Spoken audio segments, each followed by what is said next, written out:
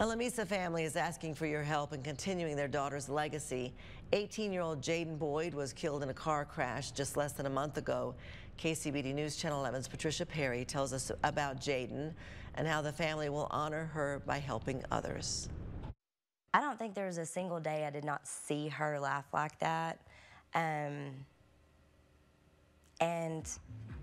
it was contagious, and it was the deep belly laugh, you know, that just anybody that was standing there and heard it just had to laugh too. Jaden Boyd's mom is Morgan. She describes Jaden as a joy to be around who loved hard. Now Jaden's friends are carrying her legacy on by saying love like Jaden.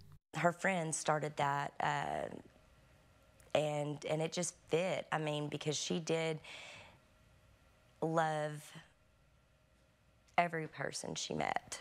Jaden loved a lot of things, including livestock showing, volleyball, and impacting kids' lives, something she wanted to turn into a career. She did not want a single kid to not get to do what they wanted to do. Jaden was a freshman at West Texas A&M to become an AgriLife extension agent and an ag teacher. She wanted to make sure any kid that she taught who wanted to show could. She didn't want the kids that she was in charge of to not be able to do it because of financial hardships or time hardship. After 8 p.m. on December 14th, Jaden was a passenger in a car that crashed just northeast of O'Donnell. That crash killed her.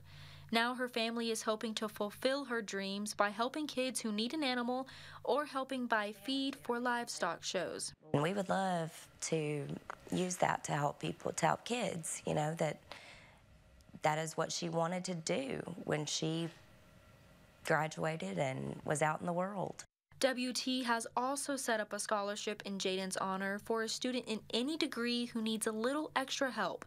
We have ways you can donate to the scholarship and to help the Boyd family sponsor a kid on our website. Patricia Perry, KCBD News Channel 11.